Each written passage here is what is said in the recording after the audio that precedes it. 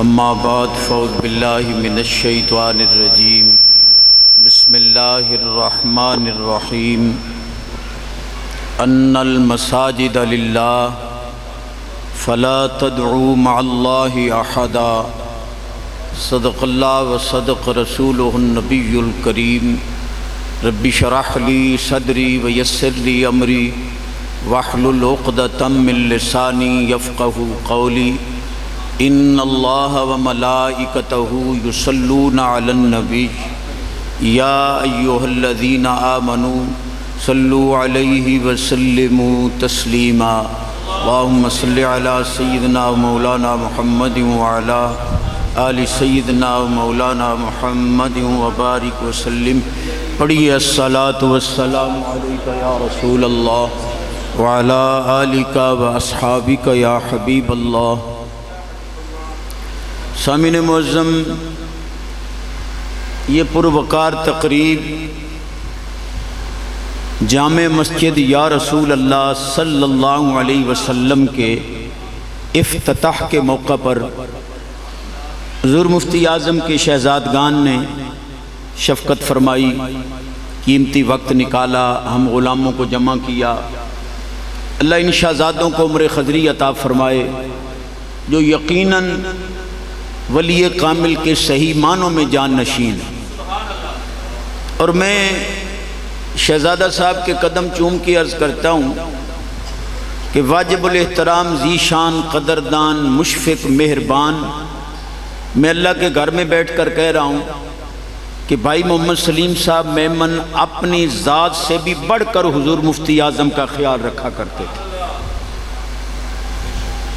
یہی میرے عزیز قاری جاوید احمد سلطانی صاحب مجھے بتا رہے تھے کہ جب میں حضور مفتی اعظم کے قدموں میں تھا تو ایک شخصیت علیل تھی، تو حضور مفتی اعظم ان کی عیادت کے لیے تشریف لے گئے۔ جانے لگے تو بھائی محمد سلیم صاحب نے فرمایا پہلے اپنی صحت تو دیکھو، کہ اتنی کمزوری کے باوجود وہاں تشریف لے گئے۔ اور وہ شخصیت علامہ فتح محمد حمدی صاحب تھے، اللہ ان کو شفاء کاملہ عاجلہ عطا فرمائے۔ بہرحال میرا عرض کرنے کا مقصد یہ ہے کہ ان کریموں نے جس طرح حضور مفتی اعظم کے قدم چومے، آج ان کے شہزادوں پر بھی ان کا دست شفقت ہے۔ اور مزے کی بات یہ ہے کہ بھائی محمد سلیم صاحب کو مفتی اعظم کے بھائی بنانے والے یا مدینے والے ہیں یا 11ویں والے پیر غوث پاک، اور اس بات کا وہ برملا اعتراف فرماتی۔ اور ادھر میرے دائیں طرف عزیزم بھائی حاجی شکیل احمد صاحب جو مدینہ منورہ میں ان سب کے میزبان ہوتے تھے، جن کو حضور مفتی اعظم پاک نے فرمایا کہ تمہارے جسم میں روح میری، صرف فرمایا ہی نہیں لکھ کے دیا ہے، باقاعدہ ان کے پاس ریکارڈ موجود ہے۔ یہ بھی الحمدللہ اخلاق حسنہ کا مجموعہ، شہزادوں کے ساتھ اسی طرح محبت کا رشتہ ہے۔ اور سید صاحب کی بلا اور دیگر حاضرین، آل محلہ سے بھی عرض کروں گا کہ دیکھ لو جس مسجد کا افتتاح سید کر رہا ہے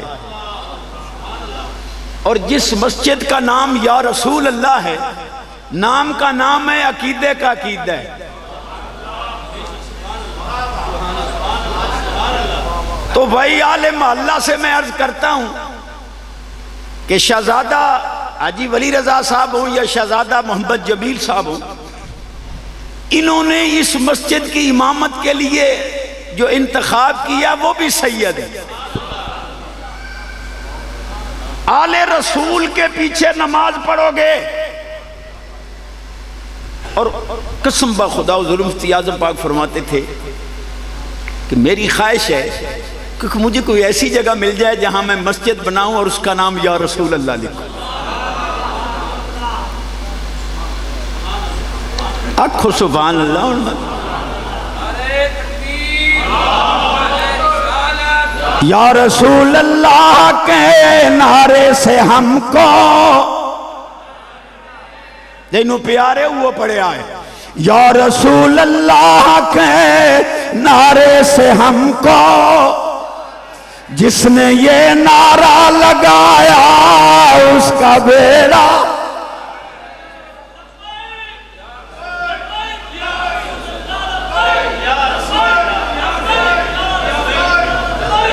بھائی میں معاف کرنا وقت کم ہے ورنہ یہ تو جان کی روح کی جان ہے. یہ جو اہل محلہ ہے ان میں سے کوئی یہاں تشریف فرمائیں تو سارے محلے والوں کو مطلع کر دو کہ مسجد بنی ہے، آپ سے ہمارا کوئی مطالبہ نہیں تھا. شہزادوں نے تقریباً 90 لاکھ روپے کے قریب اس طرح لگایا کہ لگانے والے سے بل بھی چیک نہیں کیے. آپ پتہ 100 روپے دا بل نہیں چیک کرے نے. 90 لاکھ کہنا آسان ہے، وہاں سے بھیجتے رہے بھائی سونی سے سونی مسجد بنا دو. الحمدللہ یہ نیچے خوبصورت تہ خانہ. اب یہ اس کو جب کپڑے پہنائیں گے نا تو پھر دیکھنا دنیا چل کے دیکھے گی کہ کیسا حسین. اور اتنی تھوڑی سی جگہ میں اتنی خوبصورت مسجد. نعرہ تکبیر، نعرہ رسالت، نعرہ خلافت، نعرہ حیدری. سید صاحب کے قدم چوم کے عرض کروں گا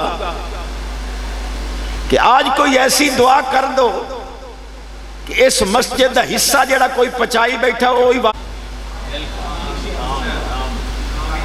تو ان سمجھ نہیں آمنی تو سبحان اللہ آکھو. بات کچھ بات تو میں نے کر دی ہے، ویسے کوئی بات نہیں ہے.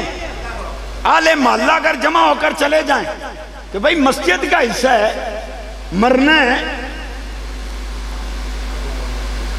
او بیٹھے ہو. امام الانبیاء نبی پاک علیہ السلام فرماتے ہیں لا یدخل ایمان فی قلب رجل الا بقرابتی. حضور فرماتے ہیں جب تک میری آل سے تعلق نہیں رکھو گے تمہارے دل میں ایمان داخل نہیں ہو سکتا.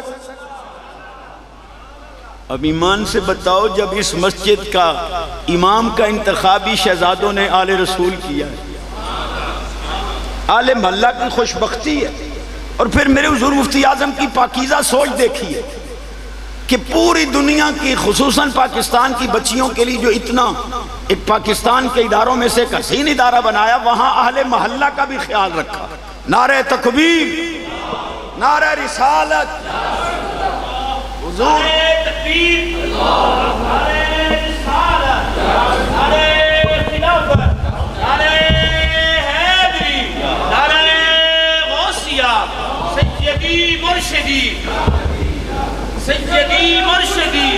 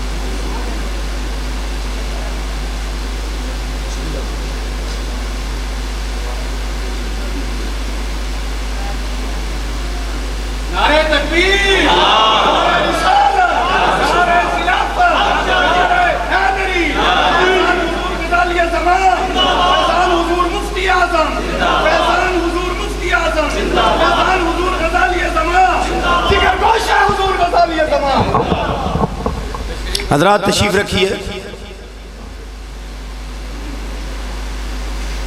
مینو اگلیاں پیسے تے ویلا دے چاہ کے دے چھوڑن بے بس کر. لیکن بات یہ ہے کہ میں شہزادوں کی انتظار میں تھا. مرشد شہزادہ غزالی زمان پاک کے قدم چوم کے پہلی عرض تو یہ ہے کہ جن حضرات کے خطابات ہم نے عصر کے بعد کرانے تھے وہ مغرب کے بعد کرائے ہیں، صرف آپ کی انتظار میں. اللہ آپ کو عمر خضری عطا فرمائے. صرف 5 منٹ میں نے آپ کے قدم چوم کے لینے ہیں.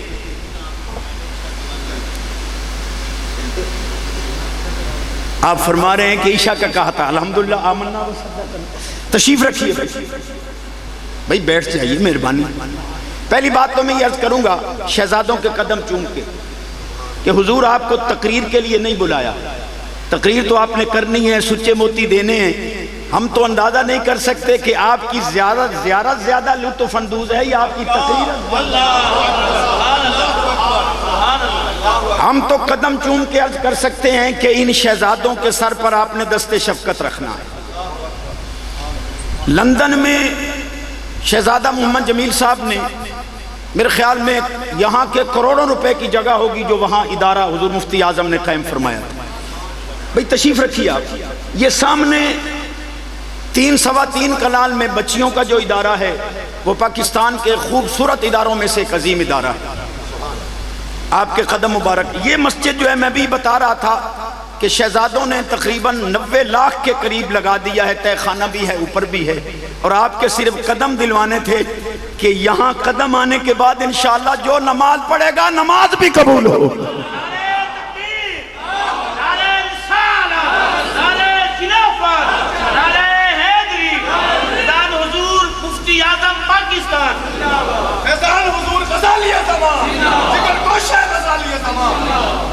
یاد رکھنا اس ولی کامل کے قدم آئے ہیں. آل محلہ کی خوش بختی ہے جو یہاں نماز پڑھے گا نماز تو قبول ہوگی انشاءاللہ دعا بھی قبول ہوگی. 2 باتیں اور اجازت. پہلی عرض تو یہ ہے کہ یہ جو میں نے سرپرستی مانگی ہے یہ اپنا حق مانگا ہے. حضور سے جو میں نے سرپرستی مانگی ہے وہ اپنا حق مانگا ہے. کیسے؟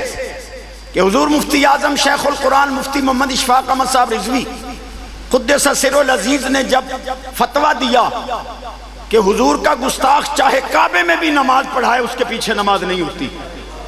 ایک سوچی سمجھی سازش کے تحت فتویٰ لیا گیا تھا، لیکن آپ نے حق ادا کر دیا. وہاں جیل میں حضور کا دیدار بھی ہوا. ہر سال قدمے میں بلانے کا حضور نے وعدہ بھی فرمایا اور کرم فرمایا. جب رہا ہوئے تو میرے کریم کی ابا جان حضور غزالی زمان پاک نے مفتی اعظم کا ماتھا بھی چوما اور فرمایا تم نے حق ادا کر دیا ہے حضور کی.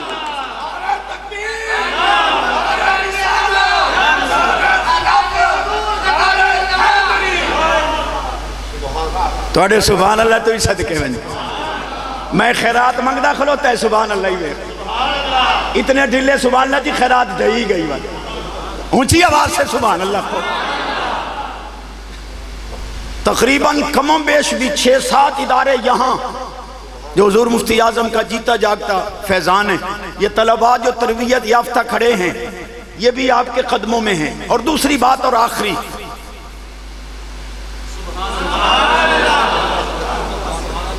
میں بات پیر نوارہ دے گی ہوں.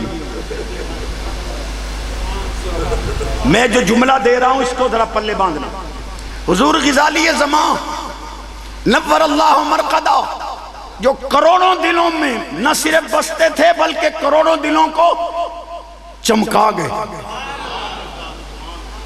اور آپ کو حدیث کی مسند پہ بٹھایا ہے تو فیضان بھی آپ ہی دے رہے ہیں.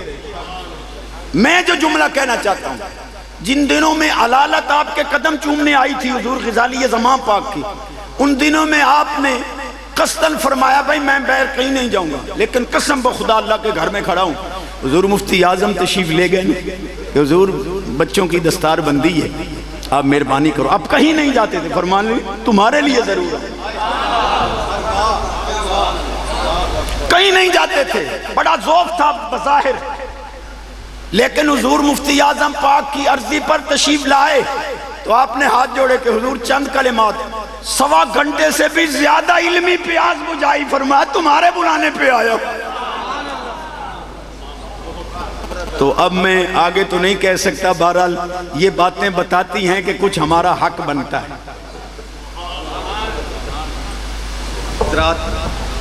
بلا تعمید جگر گوشہ حضور غزالی زمان شیخ تفسیر والحدیث ماشاءاللہ ہمارے قبلہ مفتی اعظم کے جانشین اپنے بڑے خوبصورت الفاظات سے قبلہ شاہ صاحب کا اعلان فرمائیں گے.